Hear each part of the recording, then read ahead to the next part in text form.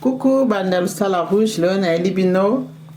aba tozana poulet déjà c'est la tendance à assaisonner poulet ndi angolo na la sibinoté donc to tie persil to tie ail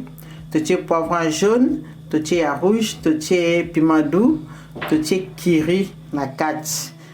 na persil ndango to sangisi na nika ki on a assaisonner nango couche de poulet na biso donc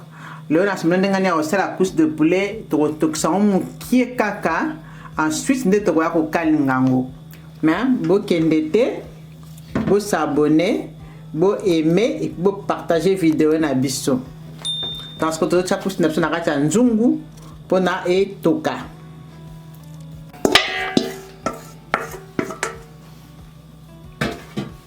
yango ko to cha couche na kati nzungu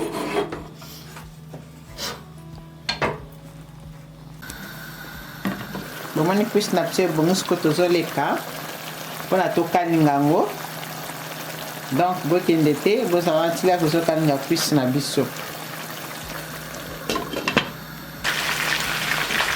kuis na biso yango tandisi ko kalingango bomoni donc esala mwa doré bon après tokolongola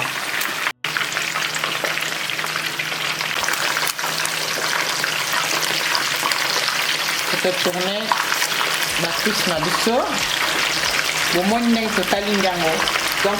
exécuter et comme une unité ça va juste de remonter tout et ça va se ozo lamba moto makasi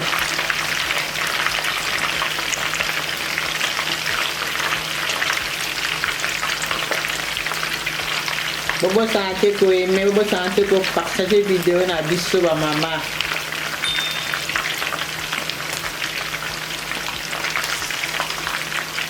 et bien le monde exécuté c'est comme une mouine de thé